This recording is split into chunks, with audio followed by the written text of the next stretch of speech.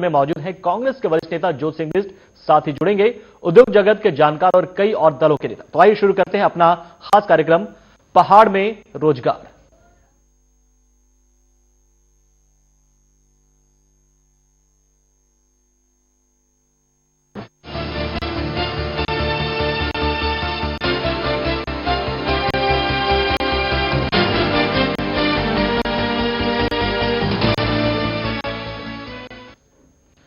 उत्तराखंड के मुख्यमंत्री हरीश रावत ने केंद्रीय कपड़ा मंत्री संतोष गंगवार से मुलाकात की। इस दौरान राज्य में कपड़ा उद्योग के विकास पर चर्चा की गई। दरअसल केंद्र सरकार कपड़ा उद्योग के जरिए बड़े पैमाने पर रोजगार सृजन करना चाहती है। इसी कड़ी में पिछले दिनों विकास नगर में हथकरघा क्लस्टर सेंटर की आधारशिला रखी गई।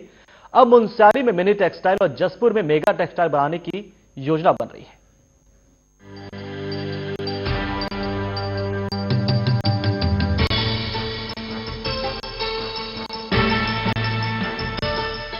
उत्तराखंड के मुख्यमंत्री हरीश रावत ने केंद्रीय कपड़ा मंत्री संतोष गंगवार से मुलाकात की। इस दौरान राज्य में कपड़ा उद्योग के विकास पर चर्चा की गई। दरअसल केंद्र सरकार कपड़ा उद्योग के जरिए बड़े पैमाने पर रोजगार सृजन करना चाहती है। इसी कड़ी में पिछले दिनों विकास नगर में हथकरघा क्लस्टर सेंटर की आधारशिला रखी गई। अब टेक्सटाइल पार्क विकसित करने की योजना बन रही है। भारत सरकार नई टेक्सटाइल पॉलिसी बना रही है। हम भी उसी के साथ लाइन अप करके अपनी टेक्सटाइल पॉलिसी बना रहे हैं। तो मैं उसके विषय में माननीय मंत्री जी को ब्रीफ करने के लिए भी आया था।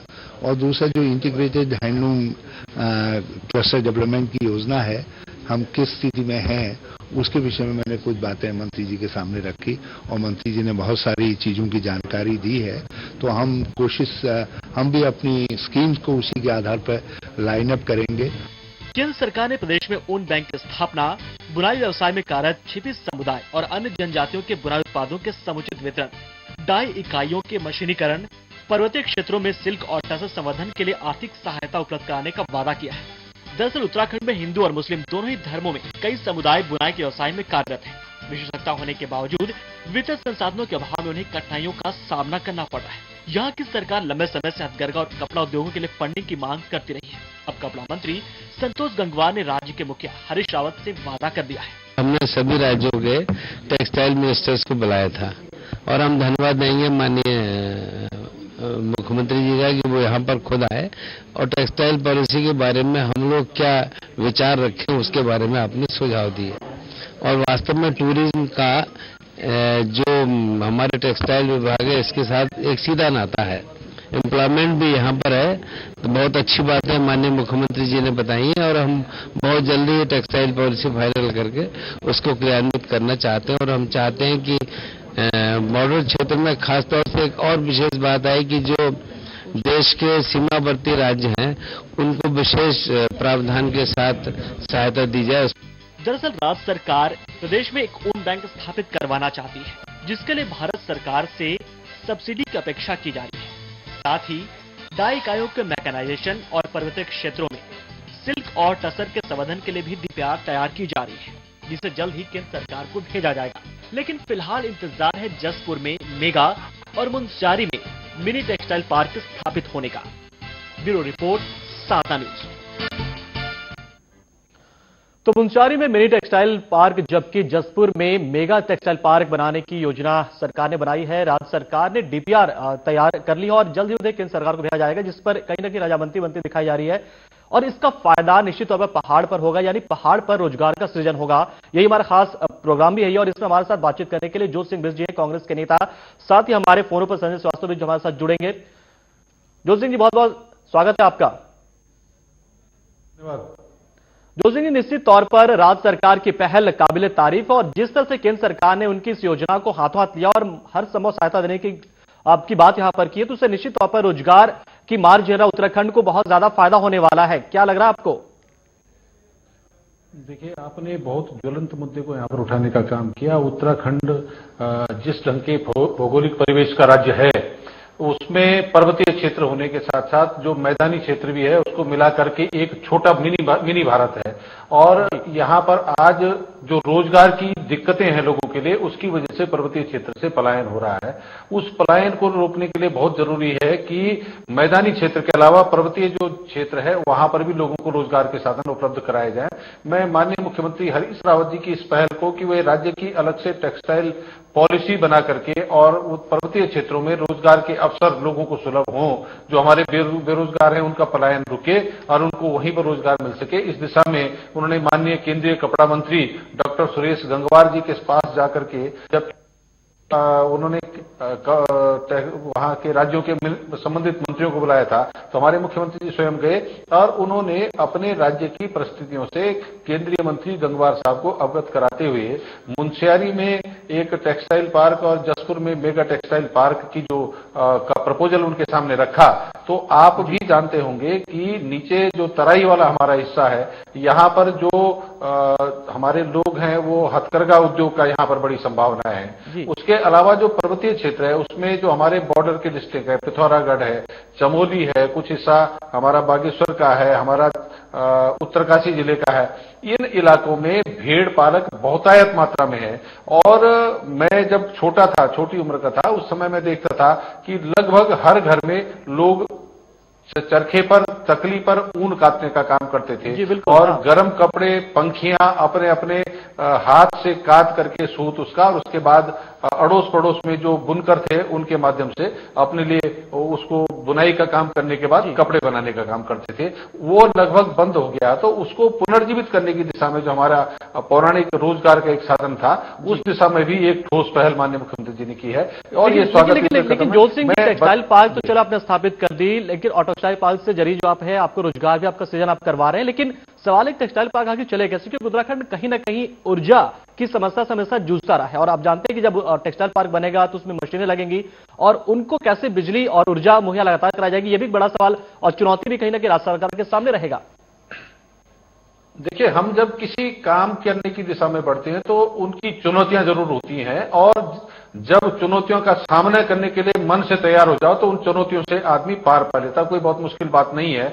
हम एक तरफ लोगों के रोजगार के लिए ये एक नया काम जो आज तक इन 14 सालों में किसी ने सोचा नहीं था कि टेक्सटाइल नीति बना करके और उसके बाद उस दिशा में रोजगार के अवसर कैसे सृजित हो सकते हैं, माननीय मुख्यमंत्री जी ने पहल की है। मैं डॉक्टर सुरेश गंगवार का इस बात के लिए धन्यवाद और बधाई देना चाहता हूं कि उन्होंने हमारे मुख्यमंत्री की बात को सुनकर के उस पर अपनी सहमति देने के साथ साथ उनको ये केंद्र सरकार इस मामले में पूरी मदद करेगी। तो ये एक अच्छी पहल है कि अलग अलग पार्टियों की सरकार होने के बाद इस ढंग के अगर सामंजस्य बनेंगे तो हम जो वास्तविक में एक लोकतांत्रिक प्रणाली का दायित्व है उसको पूरा करने की दिशा में बढ़ेंगे। और जोत सिंह जी, आप उत्तराखंड में आपकी सरकार यानी कांग्रेस की सरकार है और केंद्र में भी यूपी की सरकार थी, तभी से प्रस्तावित है ये टेक्सटाइल पार्क। अब सरकार जो है केंद्र में बीजेपी की आ चुकी है, तो क्या उम्मीद है आपको कि बीजेपी की सरकार आपको वो हर संभव मदद मुहैया करवा पाएगी जो यूपी सरकार से आपको मिल सकती थी? देखिए, जब यूपीए की सरकार थी वो अल्पमत की सरकार थी, वो गठबंधन की सरकार थी, उसमें गठबंधन की सरकार की बहुत सारी मजबूरियां होती हैं, उसकी वजह से कई जरूरी काम कारण चाहे कुछ भी हो होने चाहिए अटक जाते हैं। इस समय केंद्र में भाजपा की पूर्ण बहुमत की सरकार है, उनको किसी दूसरे की मदद की दरकार नहीं है और अगर उनकी मनसा साफ होगी वो सौतेला व्यवहार नहीं करेंगे। मैं तो अब तक जितने केंद्रीय मंत्री आए हैं उन्होंने जिस ढंग के आश्वासन दिए, अगर उन आश्वासनों पर वो खरे उतरते हैं तो फिर एक अच्छा वातावरण बनेगा और हम उम्मीद करेंगे कि उत्तराखंड का कुछ हित हो, उत्तराखंड का कुछ भला हो। जोत सिंह जी, चलिए अभी मंत्रिमंडल का विस्तार हुआ उत्तराखंड से, हालांकि कोई भी मंत्री नहीं बन पाया, लेकिन अब एक नई पहल जो मुख्यमंत्री हरीश रावत ने की उस पर संतोष गंगवार कहने की राजामंदी दिखा रहे हैं। अगर टेक्सटाइल पार्क बनता है तो आप चूंकि वहीं से हैं और आपने काफी करीब से हथकरघा उद्योग को देखा है, सूक्ष्म और लघु उद्योग को आपने देखा है, तो टेक्सटाइल पार्क के जरिए आप उत्तराखंड की किन किन कलाओं को, हथकरघा के अलावा किन चीजों को हम आगे बढ़ा सकते हैं जिससे उत्तराखंड का नाम भी होगा और साथ ही रोजगार का सृजन होगा और अर्थव्यवस्था भी सुदृढ़ हो सकती है, क्योंकि आप अनुभव आपने काफी किया होगा, अनुभव आप रखते हैं वहां के, तो ऐसा क्या क्या लगता है टेक्सटाइल पार्क में किन किन चीजों का समावेश होना चाहिए? देखिए, उत्तराखंड में दो जो संभावनाएं हैं जी, जो पर्वतीय क्षेत्र में जो ऊनी वस्त्रों का है वहां पर उसकी ये आवाज इको कर रही इसकी, उस पर ज्यादा काम हो सकता है उस पर जो, और जो मैदानी क्षेत्र है वहां पर हथकरघा के अलावा वहां पर बड़ी मिलें लग सकती हैं जी। और उससे रोजगार के साधन हो सकते हैं। अगर हम बात करें हथकरघा उद्योग की, तो ऐसी कौन सी कलाएं हैं जो आपको लगता है कि वाकई में उसका नाम होना चाहिए था? और ऐसा हालांकि हम जानते हैं कि बहुत से ऐसे लोक कलाएं हैं जो ऑलरेडी लोगों के जहन में है, लेकिन और खासतौर से ट्रेड जो फेयर लगता है दिल्ली में या फिर कहीं भी पर, तो हम देखते उत्तराखंड की, तो ऐसे में कुछ चीजें जानना चाहेंगे क्योंकि आप वहां आपसे जुड़े हुए हैं, उन चीजों को करीब से जानते हैं। तो ऐसी कौन कौन सी कलाएं हैं या कौन से हथकरघा उद्योग से जुड़े ऐसी चीजें हैं जो आने वाले दिनों में उत्तराखंड की शान बन सकते हैं? देखिए, उत्तराखंड में जो हथकरघा उद्योग है वो अभी तक बहुत ज्यादा विकसित नहीं हो पाया था। जो आप कह रहे हैं, वहां पर स्थानीय स्तर पर जो कारीगर थे अपने संसाधनों से उनको राज्य सरकार से हल्की फुल्की सहायता अब तक मिलती रही है और उनकी जो योग्यता क्षमता है उनका पूरा लाभ न तो उनको मिल पाया न इस उद्योग को बढ़ावा देने के लिए हो सका। लेकिन अब अगर टेक्सटाइल पार्क बनते हैं तो उनके बुनकर जो है वो जो स्थानीय खड्डी से आगे बढ़ करके वहां पर मिल लगेगी, तो मिल लगने से जहां एक बड़ा उद्योग की स्थापना होगी तो उन उद्योगों में लोगों को जो हमारे आईटीआई से निकल करके उस विषय के जानकार उनको वहां पर रोजगार के अवसर उपलब्ध होंगे। उसके अलावा अब तक जो देहरादून में हल्द्वानी में जो छोटे छोटे मेले लगा करके उन पर उनके उत्पादों को बेचने का काम होता रहा, तो वो दिल्ली और अन्य राज्यों में भी जाकर भी अपने उत्पाद को, अपनी कला का प्रदर्शन कर सकते हैं और उससे जो यहाँ पर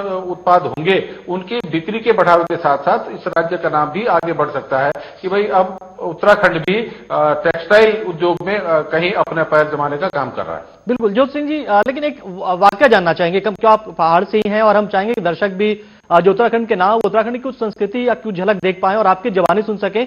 आप कुछ जानना चाहेंगे, कुछ खास ऐसी कला जो आपने भी देखी होगी और उसको आपको लगता है कि इसको बहुत आगे बढ़ा देने की कोशिश की जानी चाहिए, बस कुछ एक चीजें हम आपके मुंह से सुनना चाहते हैं।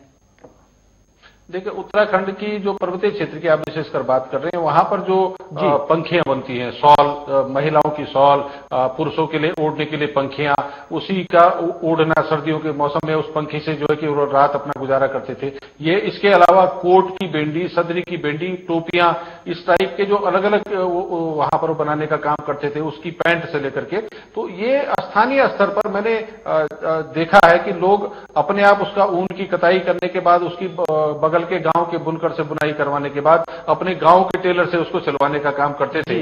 तो वो परंपरा आज गांव में दिखाई नहीं दे रही। इस मुनस्यारी में टेक्सटाइल पार्क लगने से और यहाँ पर टेक्सटाइल नीति बनने से जो अन्य हमारे जो भेड़ पालक हैं और जो यहाँ पर जिनकी ऊन का अभी तक बहुत अच्छा उपयोग नहीं हो पा रहा है, उनको भी इसका लाभ मिलेगा। बिल्कुल ज्योत सिंह जी, आप हमारे साथ बने रहिए। हमारे साथ हरिश्चंद्र दुर्गापाल जी आप जुड़ चुके हैं, खादी ग्रामोद्योग और सूक्ष्म उद्योग मंत्री हैं उत्तराखंड के। बहुत बहुत स्वागत आपका हरिश्चंद्र जी। हरि जी, निश्चित तौर पर एक बहुत अच्छी पहल आज की गई है और कहीं ना कहीं इसमें रजामंदी केंद्र सरकार ने भी दिखाई है। जो टेक्सटाइल पार्क बनाए जा रहे हैं जसपुर में और मुनस्यारी में, क्या लगता है आप लोगों ने जो एक डीपीआर तैयार की होगी वो किस हद तक कारगर है और क्या उसमें लाभ आप देखते हैं अपने राज्य का? यहाँ उत्तराखंड में माननीय मुख्यमंत्री की जो पहल है जी, 2 टेक्सटाइल पार्क, एक जशपुर में, एक हमारे उत्तराखंड के पर्वतीय क्षेत्र मुनस्यारी में। हेलो हेलो जी जी बताइए आप हरीश जी। हाँ, ये टेक्सटाइल पार्क बनने से जहाँ पर्वतीय क्षेत्रों में हमारे जो हमारे हथकरघा, हस्तशिल्प और इस तरह के कई कारीगर हैं, बुनकर हैं, उनको लाभ मिलेगा। जी हरीश जी, हाँ लाभ मिलेगा। अब डीपीआर क्या तैयार हो चुकी है या कब तक तैयार होने की उम्मीद है कि वहां टेक्सटाइल पार्क में क्या कुछ होगा, केंद्र सरकार सहायता देगी? लेकिन जब डीपीआर तैयार हो जाएगा, इधर से डिटेल प्रोजेक्ट रिपोर्ट है वो तैयार हो चुका है क्या?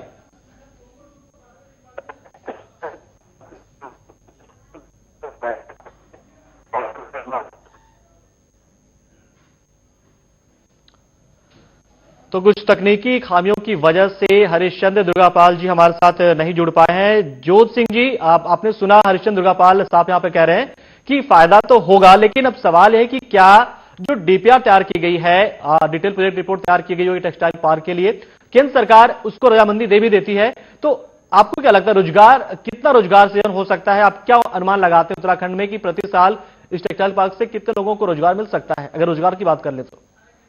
देखिए, अगर जिस ढंग से बातचीत की शुरुआत हुई है, राज्य सरकार एक निर्धारित समय में डीपीआर तैयार करके केंद्र सरकार को भेज करके और अगले 3 से 4 महीने में केंद्र सरकार इस पर सहमति देने के साथ साथ इसके लिए जो बजटरी प्रोविजन है उसको करती है और राज्य सरकार को सहायता उपलब्ध कराती है, तो हर साल हम ये उम्मीद कर सकते हैं कि शुरुआती सालों में भले ही कम रोजगार होगा, लेकिन अगले 3 या 4 साल बाद प्रति साल 10 से 20 हजार लोगों को इस उद्योग से रोजगार मिलने की संभावनाएं बनती है। और अगर टेक्सटाइल उद्योग से जुड़े हुए अन्य सारी चीजों को जोड़ करके तो प्रतिवर्ष 30 हजार लोगों को रोजगार मिलने की संभावना मुझे मोटे तौर पर इसमें दिखाई देती है और ये एक अच्छी पहल होगी। ऐसे अगर अलग अलग सेक्टर को जोड़ करके हम लोगों को रोजगार देने की संभावना को तलाश करते हुए और उसके क्रियान्वयन का काम करेंगे तो निश्चित रूप से उत्तराखंड से पलायन की उसको रोकने में काफी हद तक सरकार कामयाब हो सकती है। अच्छा, बाजार कहां देखते हैं आप? बाजार इन चीजों के लिए आपको क्या लगता है कि हम बाहर एक्सपोर्ट करेंगे या फिर देश में उनकी खपत है और जरूरत है, ऐसा लगता है? निश्चित रूप से जब कश्मीर की पश्मीना शॉल जी पूरी दुनिया में मशहूर है, तो उत्तराखंड भी इस टेक्सटाइल उद्योग के माध्यम से, जैसा मैंने कहा था कि पर्वतीय क्षेत्रों के ऊन के वस्त्र से लेकर के कालीन से लेकर के कपड़े से लेकर के इसको न केवल उत्तराखंड बल्कि देश के अन्य राज्यों, देश की राजधानी से लेकर और क्वालिटी के आधार पर विदेशों तक भी हम जो है कि अपनी चीजों को ले जाने में सफल होंगे और यहाँ का नाम भी रोशन करने में सफल होंगे। बिल्कुल ज्योत सिंह जी, आप हमारे साथ बने रहिए, हम लगातार बात करें। फोनों पर हमारे वरिष्ठ सहयोगी संजय श्रीवास्तव जी जुड़ चुके हैं। संजय जी, आज बहुत अच्छी एक पहल की है हरीश रावत ने। हरीश रावत खुद आप कहें कि राजनीतिक विदेश को छोड़कर खुद संतोष गंगवार से मिलने गए केंद्रीय कपड़ा मंत्री और कहीं ना कहीं आश्वासन मिल चुका है। इस टेक्सटाइल पार्क को लेकर आप क्या समझते, क्या होना चाहिए और कैसा होना चाहिए, इसका स्वरूप क्या होगा? देखिए, जिस तरह से हरीश रावत मुख्यमंत्री बनने के बाद केंद्र सरकार के साथ लगातार राज्य सरकार के सहयोग की मांग करते रहे हैं। पहले कांग्रेस सरकार रही है, अब भाजपा सरकार है। अभी पिछली बार भी हरीश रावत गए थे तो कई मंत्रियों से मुलाकात की थी। इस बार जब ये गए हैं तो केंद्रीय टेक्सटाइल राज्य मंत्री स्वतंत्र प्रभार है संतोष गंगवार से इन्होंने बड़ी विधिवत बात की है। बात में इन्होंने सबसे बड़ी चीज पर्वतीय क्षेत्रों में जो सिल्क और टसर का मामला है उस चीज को लेकर इन्होंने आर्थिक सहायता की मांग की है। और आप ये मान सकते हैं कि जिस तरह से हरीश रावत मंत्रियों से मिल रहे हैं और मांग कर रहे हैं उसे एक सार्थक प्रयास के रूप में देखा जा सकता है। बिल्कुल संजय जी, आप देखा जा सकता है, लेकिन यहाँ सवाल ये उठता है कि ऐसी योजनाएं पहले भी बनती रही हैं, पहले भी डीपीआर आती है कि राज्य सरकार भेजती है, लेकिन सरकार के साथ कहीं ना कहीं तालमेल नहीं बन पाता है। अब तालमेल को लेकर यहाँ पर सवाल खड़ा होता है कि क्या अब कांग्रेस की सरकार उत्तराखंड में है, क्या उतनी तवज्जो मिलेगी, उतनी तरजीह मिलेगी केंद्र सरकार की तरफ से उत्तराखंड को, या फिर ऐसी हवाबाई की बात हो जाएगी और बस डीपीआर रह जाएगा और बाकी चीजें बस आगे बढ़ते जाएंगी? नहीं, जैसे मोदी सरकार काम कर रही है तो आप ये कह सकते हैं कि हरीश रावत का केंद्र में जो मंत्री रहे हैं, सहयोगी केंद्र से भाजपा के मंत्री लोग रहे हैं, उनसे हरीश रावत के पहले भी संबंध रहे हैं। तो आप कहीं ना कहीं इसको एक अच्छा प्रयास मान सकते हैं और आप ये मान के भी चलिए कि हरीश रावत इसका फायदा जरूर उठाएंगे। चलिए, आज एक अच्छी मुलाकात है। इससे पहले भी सूक्ष्म लघु उद्योग में भी एक पॉलिसी सरकार बनाने की योजना प्रस्ताव एक पिछले दिनों पेश किया गया था, जिसमें कि ए कैटेगरी बी कैटेगरी बांटा गया था। क्या उस नीति का फिलहाल अभी वो नीति कहां पहुंची है, जिसमें कि सूक्ष्म लघु उद्योग को लेकर राज्य सरकार ने एक प्रस्ताव बनाया था, जिसमें कि जो ए ग्रेड के जो एक श्रेणी के जो जहां पत्थर उद्योग लगेंगे वहां 25% तक सब्सिडी मिलेगी और जो बी ग्रेड के होंगे वो 35% तक, ऐसी कुछ मैं पूरे आंकड़े नहीं जानता हूं। उस प्रस्ताव का फिलहाल क्या असर पड़ेगा इस टेक्सटाइल पार्क बनने के बाद? वो बिल्कुल अलग होगा या फिर वो इसमें सम्मिलित कर दिया जाएगा उसे? देखिए, सबसे बड़ा प्रश्न इस समय ये है कि जिस तरह से वाजपेयी सरकार ने यहाँ उत्तराखंड को औद्योगिक पैकेज दिया था जी, केंद्र सरकार में कांग्रेस की सरकार होने के बावजूद, भाजपा की यहाँ भी सरकार रही उसके बाद भी इन्होंने औद्योगिक पैकेज को आगे नहीं बढ़ाया। तो सबसे पहले प्रयास हरीश रावत का ये होना चाहिए कि जो औद्योगिक पैकेज इनका काटा गया है उसे बढ़ाया जाए और साथ में जैसे ये लोग मंत्रियों से मिल रहे हैं, हर विभाग के, जैसे आपने भी कहा कि छोटे उद्योग को बढ़ाने के लिए उसको एक सार्थक प्रयास तो मान सकते हैं, लेकिन सबसे बड़ी चीज आज उत्तराखंड के लोग औद्योगिक पैकेज को बढ़ाने की तरफ अब टकटकी लगाए देख रहे हैं। तो आप ये सोच सकते हैं कि हरीश रावत का ये प्रयास कि जिस तरह से टेक्सटाइल से मिले हैं, उसके पहले ये केंद्रीय मंत्री और से मिले थे। तो आप सबके साथ में इन चीजों को लेके चले कि हरीश रावत का प्रयास औद्योगिक का जो पैकेज था उसे बढ़ाने की तरफ है। और आज राज्य सरकार को लगभग 1 वर्ष से ज्यादा हो गए जो दैवीय आपदा यहाँ आई थी, तो अभी उससे उबरने में भी इन्हें समय लगेगा। तो हरीश रावत का ये प्रयास जो भी ये कर रहे हैं उसे केंद्र सरकार में मोदी सरकार जिस तरह से और राज्यों को मदद कर रही है, उत्तराखंड को भी मदद करेगी, ऐसा उत्तराखंड वाले मानते हैं। संजय जी, अभी चीज बड़ा सवाल यहाँ पे ये भी खड़ा होता है, टेक्सटाइल पार्क तो आप बना लेंगे, साथ ही ऊन जो पार्क बनाने की बात कर रहे हैं और जो भेड़ें पाली जाती है वहां पर उनसे ऊन बनाया जाएगा, लेकिन हाल के दिनों में या तो कहें कि पलायन की वजह से भी और साथ ही साथ कहीं ना कहीं एक आप कहें कि जिस तरह से डिसबैलेंस हो गया है वहां पर, एक क्लाइमेट चेंज होगा, उसकी वजह से जो पालन है भेड़ पालन वो काफी कम होता जा रहा है, भेड़ों की संख्या घट रही है। तो इस टेक्सटाइल पार्क बनाने के बाद से क्या कच्चे माल पूरी तरीके से मिल पाएंगे, मुहैया हो पाएंगे? देखिए, आप इस चीज को अभी जो चीज आने वाले समय में जो इनको सहयोग का आश्वासन मिला है उस सहयोग को हम क्यों न इस तरह से ऐसे ना देखें कि कल क्या होगा, लेकिन आज ये मान के चलें कि ये सहयोग मिलेगा और आने वाला टेक्सटाइल उत्तराखंड में टेक्सटाइल को बढ़ावा के लिए केंद्र सरकार ने जो आश्वासन आज दिया है। संतोष गंगवार उत्तराखंड से लगे हुए राज्य उत्तर प्रदेश के हैं, तो जिस तरह से इन्होंने यहाँ की स्थिति अक्सर आते रहे और देखा है, तो आप ये मान सकते हैं कि टेक्सटाइल में उत्तराखंड को केंद्र से पूरा सहयोग मिलेगा। बहुत बहुत धन्यवाद यहाँ पर संजय श्रीवास्तव हमारे साथ जुड़ने के लिए, तमाम आप इनपुट्स देने के लिए। जोत सिंह जी, एक खास बात जो हमने यहाँ पर सुनी अभी बातचीत के दौरान भी पता चला कि लगातार जो हरीश रावत केंद्र सरकार से संपर्क बनाने की कोशिश कर रहे हैं और कहीं ना कहीं एक अपनी मांग जो अपने राज्य के विकास के लिए मांग रखते जा रहे हैं, तो ये भी कहीं ना कहीं काबिले तारीफ। और इसी कड़ी में एक आज उन्होंने मुलाकात की है संतोष गंगवार से, कल और निश्चित तो कई मंत्रियों से मुलाकात करेंगे। आज इस पूरे अगर हम देखें रोजगार जो पहाड़ों पे मिलना चाहिए उसको लेकर एक बहुत अच्छी पहल की है। ओवरऑल आपसे जानना चाहेंगे इस योजना को लेकर आपके दिमाग में क्या है, आप दिल से क्या कहना चाहेंगे इस पूरे परियोजना को लेकर, योजना को लेकर? मैं अभी आपकी बात सुन रहा था श्रीवास्तव जी के साथ, उसमें एक बात जो तालमेल की निकल करके आई, मैं एक घटना आपको बताना चाहता हूं। जब उत्तराखंड में भाजपा की सरकार थी और माननीय हरीश रावत जी केंद्र में मंत्री थे, तो उन्होंने ईएसआई के हॉस्पिटल के लिए हरिद्वार में जमीन मांगी और केंद्र से हरिद्वार के लिए एक हॉस्पिटल की स्वीकृति करी, राज्य सरकार ने जमीन नहीं दी, तो हम एक हॉस्पिटल उससे बड़े हॉस्पिटल से वंचित रह गए। लेकिन इस समय हरीश रावत जी केंद्र में मंत्री रहने के अपने अनुभव का लाभ इस राज्य को देना चाहते हैं और लगातार कोशिश कर रहे हैं कि केंद्र में चाहे भाजपा की सरकार हो, उस सरकार के माध्यम से इस राज्य के हित में अनेकानेक जो विभाग है उनसे अधिकतम योजनाएं राज्य में लाई जाए और उससे यहाँ पर रोजगार के अवसर सृजन किए जाए। जहां तक टेक्सटाइल उद्योग का मामला, तो मैदानी क्षेत्रों में बड़ी मिलें लग सकती हैं, जो उसमें आधुनिक तकनीक की मिलें लग सकती हैं और अधिकतम लोगों को रोजगार मिल सकता है। लेकिन जो पर्वतीय क्षेत्र में आपने कहा कि रॉ मटेरियल की दिक्कत आएगी, तो मैं आपको एक जानकारी देना चाहता हूं कि उत्तराखंड में राज्य बनने के बाद जो सर्वे हुआ, जंगलों का क्षेत्रफल 12% बढ़ा है और भेड़ बकरी पालन के लिए उनको चरान चुगान के लिए जो स्थान है निश्चित रूप से उसमें वृद्धि हुई है। तो वो हमको भेड़ बकरी पालन के उद्योग को बढ़ावा देने के साथ साथ वहां से जो उनके ऊन से पर्वतीय क्षेत्रों में कपड़ा हम तैयार कर सकते हैं उसको हम करेंगे और इस काम से रोजगार को बढ़ावा मिलेगा।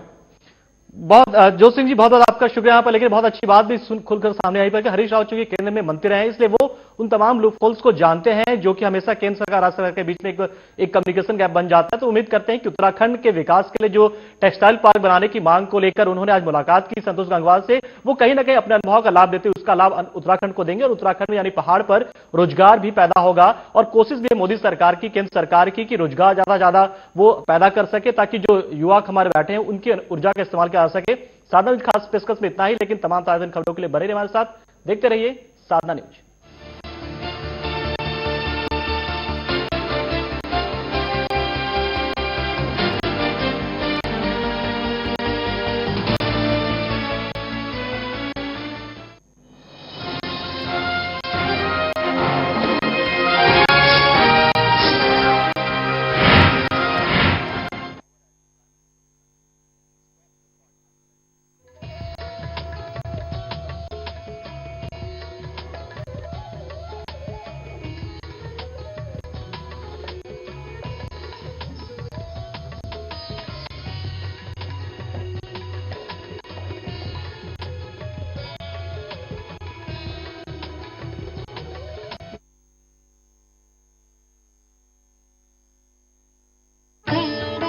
केदारनाथ करोड़ों श्रद्धालुओं की आस्था का प्रतीक। उत्तराखंड में स्थित भारतीय संस्कृति का एक महत्वपूर्ण केंद्र। वर्ष 2013 की भीषण प्राकृतिक आपदा के बाद उत्तराखंड सरकार ने श्री केदारनाथ धाम के नवनिर्माण और आपदा प्रभावितों के पुनर्वास का संकल्प लिया। राज्य के अन्य क्षेत्रों की भांति केदार घाटी भी एक बार पुनः तीर्थ यात्रियों और पर्यटकों से गुलजार हो, ये उत्तराखंड सरकार की सबसे बड़ी प्राथमिकता है। इसलिए मुख्यमंत्री हरीश रावत के नेतृत्व में उत्तराखंड सरकार की समूची कैबिनेट ने न सिर्फ केदारनाथ धाम में बैठक की, बल्कि केदार घाटी के नवनिर्माण के प्रयासों को मजबूती देने वाले कई फैसले भी लिए। भारतीय भूगर्भ संस्थान और पुरातत्व संस्थान के दिशा निर्देशन में केदारपुरी का नवनिर्माण किया जा रहा है, जहां एक ओर मंदिर के पीछे त्रिस्तरीय सुरक्षा दीवारें बनाई जा रही हैं, वहीं दूसरी ओर सरस्वती एवं मंदाकिनी नदियों का रीचैनलाइजेशन किया गया है। नए पैदल मार्ग पर यात्रियों के लिए ठहरने, भोजन एवं चिकित्सा सुविधाओं के साथ ही विशेष प्रशिक्षित एसडीआरएफ के जवानों द्वारा प्रदान की जा रही सुरक्षा ने यात्रियों को एक नया विश्वास दिया है। इम्तिहान बेहद कड़ा था, लेकिन एक बार फिर जीत हुई लाखों उत्तराखंड वासियों की आस्था और संकल्प की, और हम श्री केदारनाथ धाम में नवनिर्माण की एक नई बुनियाद रखने में सफल रहे हैं। ख्याल तो रखना पड़ता है, सिर्फ चाहने से क्या। चाहता तो हर कोई ये भी है कि उसके बाल हो लंबे, काले और घने, तो फिर साधारण तेल क्यों? अरे भाई, तेल में औषधीय गुण होंगे, तभी तो बाल मजबूत बनेंगे। इसलिए तो मेरा भरोसा है केश किंग आयुर्वेदिक तेल, जो बना है 16 खास आयुर्वेदिक तत्वों से। केश किंग रखे मेरे बालों का ख्याल और बाल रहे लंबे, काले और घने। Kesh king, the king of hair oil. Uttarakhand राज्य ने स्थापना के 14 वर्ष पूर्ण कर विकास के नए सोपानों को छुआ है। राज्य सरकार द्वारा संचालित विकास योजनाओं का लाभ सभी को मिले, इसके लिए सरकार निरंतर प्रयासरत है। मुख्यमंत्री स्वास्थ्य बीमा योजना के तहत समस्त एपीएल परिवारों को 30,000 रूपए तक की कैशलेस स्वास्थ्य बीमा योजना का लाभ दिया जाएगा। वृद्धावस्था, विकलांग और विधवा पेंशन को वृद्धि कर 800 रूपए प्रति माह किया गया एवं 60 वर्ष की आयु से अधिक उम्र के किसानों को किसान पेंशन दी जाएगी। पर्यावरण संरक्षण की दिशा में आम आदमी को सरकार द्वारा 300 रूपए प्रति पेड़ दिया जाएगा। हमारे बुजुर्ग हमारे तीर्थ योजना के तहत सरकार द्वारा 25,000 से अधिक वरिष्ठ नागरिकों को 4 धाम यात्रा करवाने का लक्ष्य। सरकार द्वारा कन्या भ्रूण हत्या को रोकने के लिए उन सभी बीपीएल परिवारों को 15,000 रूपए की आर्थिक धनराशि दी जाएगी, जिसमें जनवरी 2009 के उपरांत 2 जीवित बालिकाओं ने जन्म लिया हो। कन्या शिक्षा को प्रोत्साहित करने के लिए गौरा देवी कन्या धन योजना की सहायता राशि 50,000 रूपए करने का निर्णय। प्रत्येक विकास खंड में अगले वर्ष राजीव गांधी आवासीय स्कूल स्थापित किए जाएंगे एवं राजीव गांधी खेल स्टेडियम निर्माण करने का निर्णय। उत्तराखंड राज्य खाद्य योजना में राज्य सरकार द्वारा 350 से 400 करोड़ रुपए का व्यय करते हुए एपीएल परिवार और बीपीएल परिवारों को सस्ती दर पर राशन। पर्वतीय क्षेत्रों को एजुकेशन हब के रूप में विकसित करने के लिए निजी शैक्षणिक संस्थाओं को प्रोत्साहन। इको फ्रेंडली उद्यम स्थापित करने पर विशेष सहायता दी जाएगी। मुख्यमंत्री करेंगे जन शिकायतों के निराकरण के लिए समाधान। केदारनाथ के पुनर्निर्माण और पुनर्विकास के लिए कैबिनेट ने बनाई कार्य योजना। आपदा प्रभावित व्यवसायियों, तीर्थ पुरोहितों के लिए आपदा राहत राशि में कई गुना वृद्धि। अल्पसंख्यक समुदाय की छात्राओं को 60% अंक पाने पर हाई स्कूल में 15,000 रूपए और इंटरमीडिएट में 25,000 रूपए की धनराशि अनुदान में दी जाएगी। मुख्यमंत्री आंगनबाड़ी प्रोत्साहन योजना शुरू करते हुए मिनी आंगनबाड़ी केंद्रों पर 5120 पद सृजित होंगे। उत्तराखंड के विकास को समर्पित 14 वर्ष, हमारा संकल्प, सबका विकास।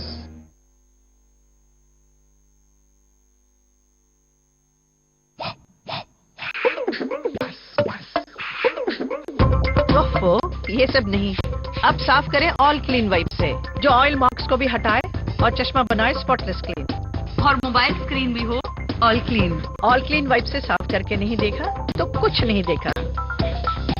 केश किंग आयुर्वेदिक तेल, जो बना है 16 खास आयुर्वेदिक तत्वों से। रखे मेरे बालों का ख्याल और बाल रहे लंबे, काले और घने। Kesh king, the king of hair oil. 4, 5, 6 पंजे। दिमाग तो हवाई जहाज है तेरा। नाना राकेट। हाँ, रॉकेट। राकेट जी कहाँ?